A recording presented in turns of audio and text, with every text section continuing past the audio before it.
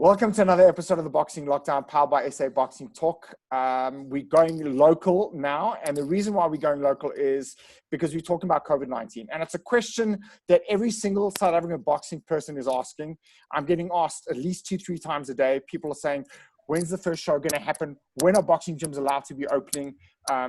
There are a lot of gyms that are opening, that have opened underground that no one knows about. Obviously, we've seen some pictures and images on social media and so forth. There are fighters that are training. My gym personally is closed at the moment because I just feel that it's a bit of a risk. Do I want things to get back? Yes, I do want things to get back. When are they going to be allowed to get back? Well, that's a question we all need to know. I'm going to say good evening to Cyril, Devon, and Hayden. Cyril, let me ask you, are we ready to start boxing again? Well, I wish I could say yes, we are, but I don't think we are. I think with COVID, I think we're still going to see an increased number of infections. And so right now, boxing is a contact sport. It's not a good idea to have boxing back. As much as we want to see boxers back in the ring, it's not a good time. I think, personally, I feel like a time maybe around September, October, when we would have flattened the curve a bit, then maybe we could see boxing back. But right now, it's just not a good time. Cyril, are you even talking about the gyms being open in September, October? Yeah, the gyms maybe being open, obviously with proper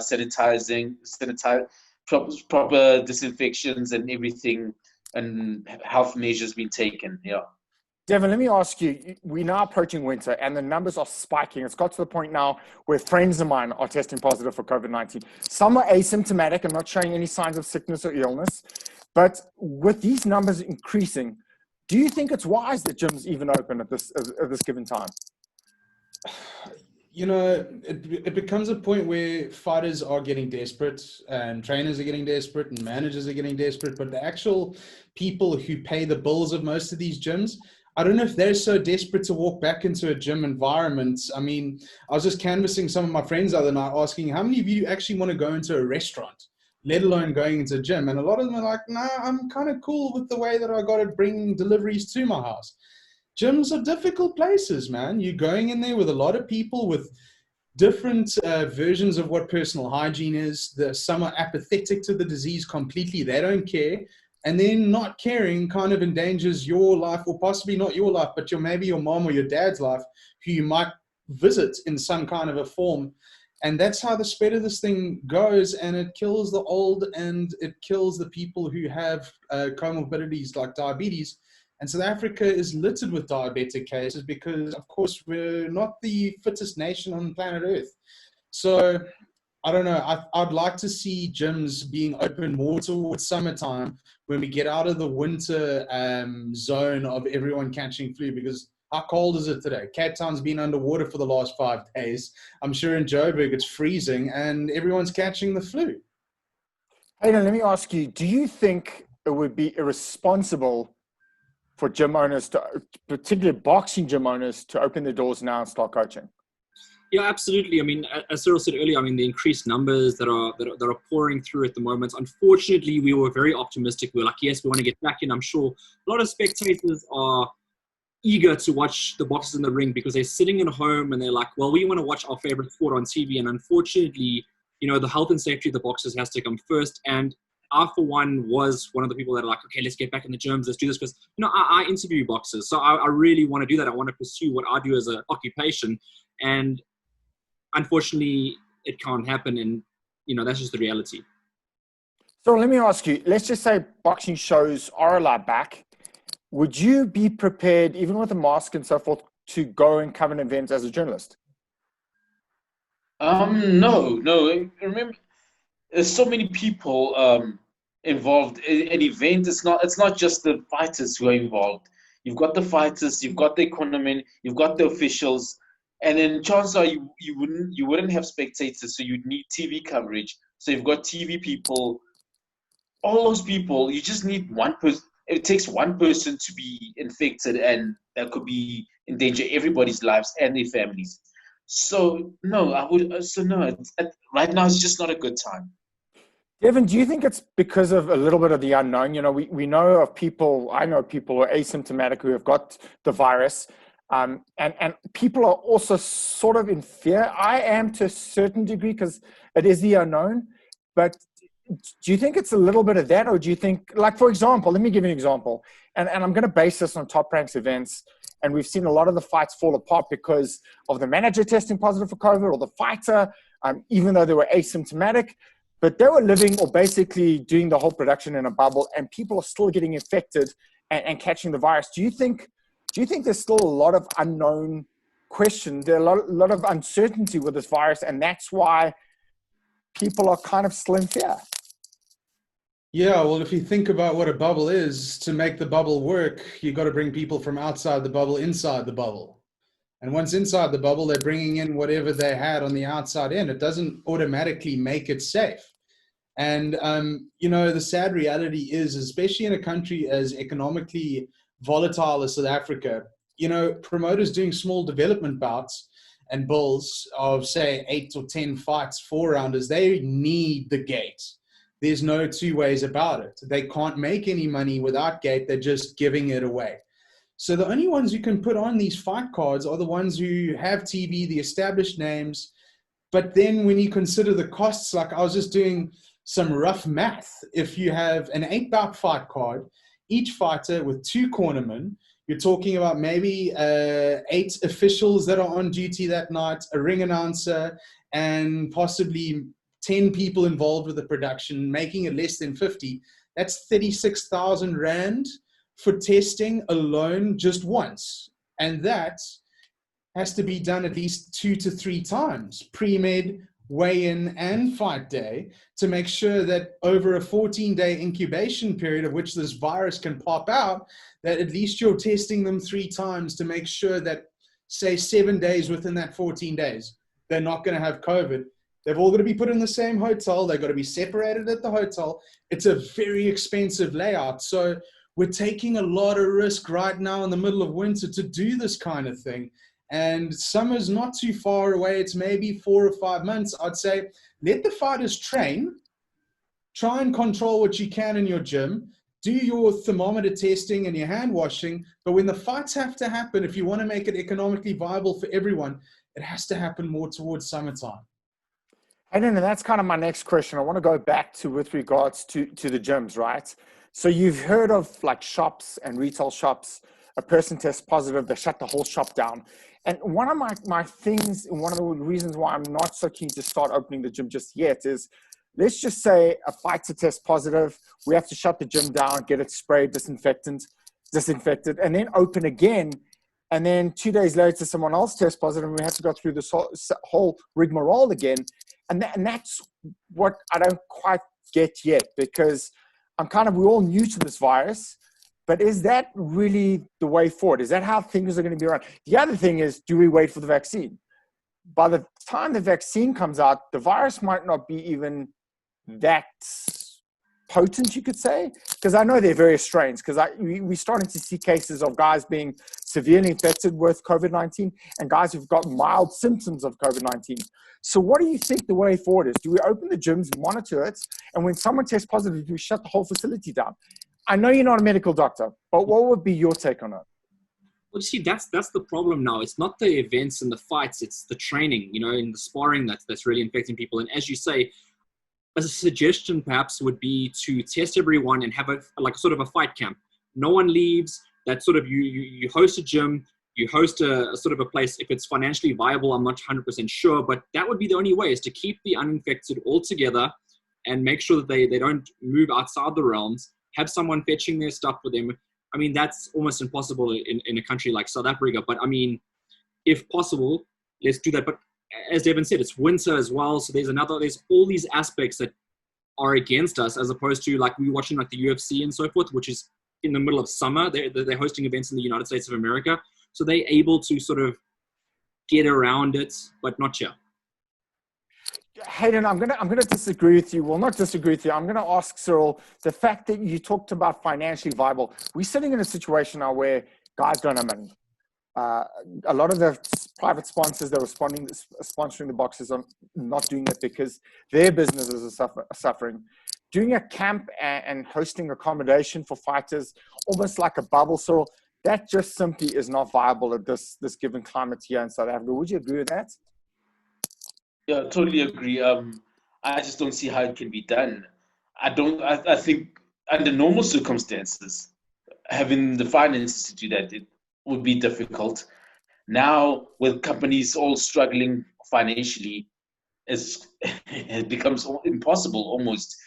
So I just don't see it happening. I just think as fans, as much as we would like to see the sport back, I think we just need to be patient. Devon, when Cyril says patient, I know you said summer, but summer does seem a long way off. And you said, no, 3-4 months away, maybe not. But inevitably, life has to carry on. And I've seen some comments, some strange comments on your group in the last few days. You know, some guys are just indifferent. They just don't give a shit about COVID-19. Initially, I was, you know, it's a virus, I suppose, at some point, which I still think we're all going to contract the virus at some point.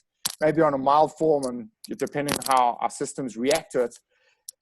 But then last week, after a person close to me got it, it kind of hit home. And I was thinking, yeah, maybe we do need to take this virus seriously. Your opinion on the virus in terms of how seriously should we be taking it at this point? You know, it's not as serious for people as young as us in our relative the health that we have, the fitness that we're all relatively fit guys.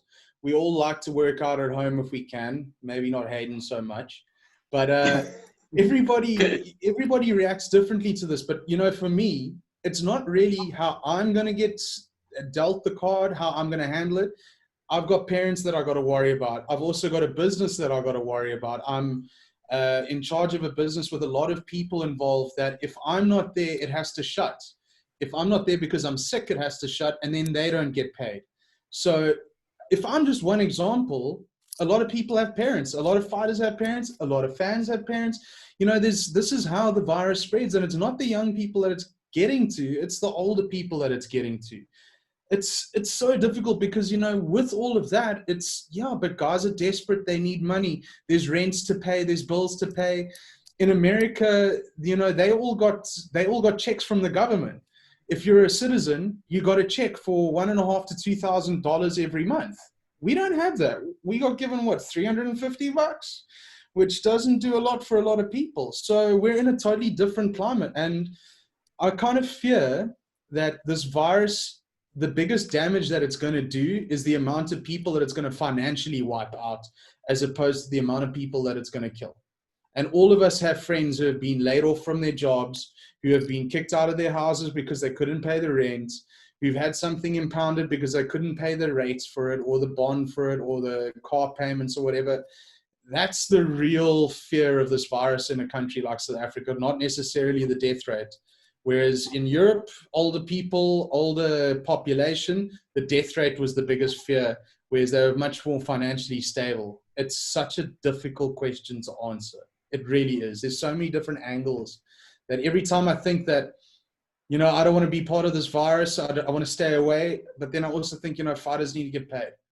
And how do we do that? And I wouldn't have such a problem with this if whoever wants to put on fight cards would come out and say what they're going to do, how they're going to make everyone safe. But there's been no talk of that. Hayden, let me ask you, the people who are indifferent to this virus, who want to get on with life, and you know, it's, as Devon said, it's such a difficult thing to answer because yes, and then there's no, and then there's yes, and then there's no. But the people who really don't give a shit about the virus and they want to carry on and they want, would you fall into that category? Because I know earlier you were saying, I want to wait a little bit, but let's just say we wait another month and then nothing happens. Where do you fall into this? I'm definitely fallen to, you know, I err on the side of caution. I don't want to put anyone's lives at risk. I mean, I personally, you know, my job's on hold. Everything's on hold. I can't do anything about it. And, you know, as much as I can whine and complain about it, I know at the end of the day, I'm doing the right thing by, you know, not going and trying to like go interview boxers at their homes and so forth. Like I could be innovative in the times, but I'm just thinking like what we're doing here. We're on Zoom. You know, just like we have to be innovative, so do the boxing promoters, so do the people involved in the game. And unfortunately, like Devon said, If you're not going to provide a solution to the problem, you're not allowed to go and do something. And talking about a solution, which obviously brings me to the next point.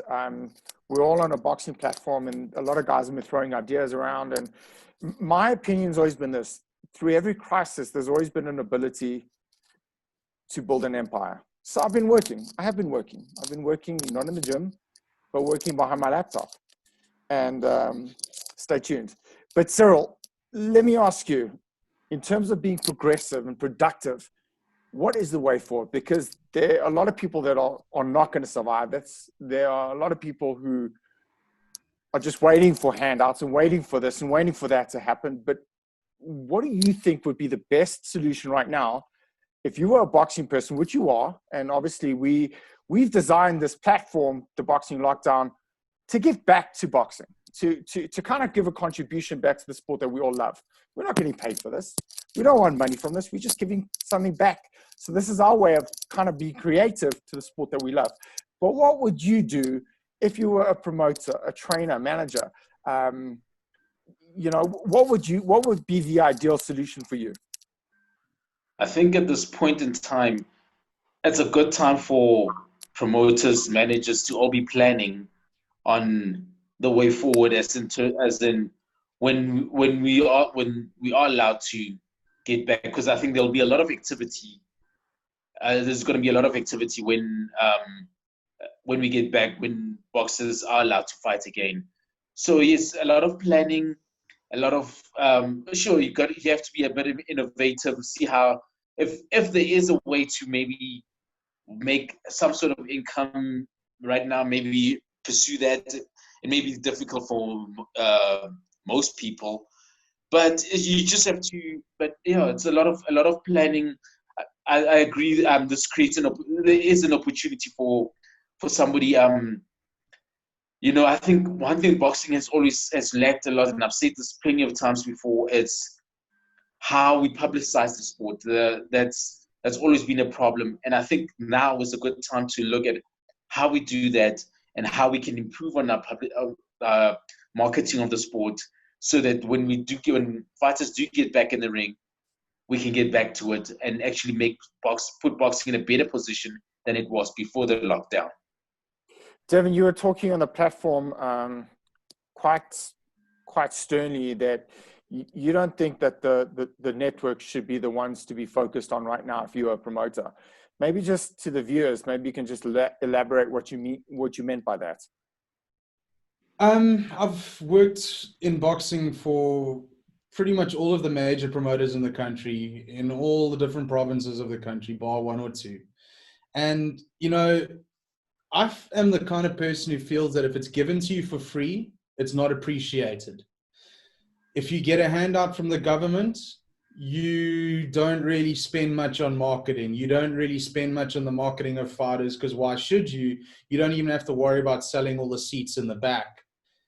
What this lockdown is going to do is it's going to bring to the fore the people who have the business acumen to run it like a business, as opposed to the people who are just looking for something to be given to them in order to put on a boxing show, to fill a TV schedule, or just to try and fill a hall, which they don't even really care about filling in the first place. And the adoption of technology, which is cheap now, the data costs are coming down. There are ways and means to actually put boxing across the world, across the planet. Never mind the SABC's reach, which was just in South Africa. You could put on a boxing show from anywhere in the country that you have an internet connection with one camera, and you can give the sponsors of your show something back. And you can also charge people on the internet a nominal fee. So Hayden, let me ask you, in terms of, this lockdown and so forth, have you, coming back after COVID-19, have you got anything more creative that you've got up your sleeve for the South African boxing public in terms of the online stuff and work that you do?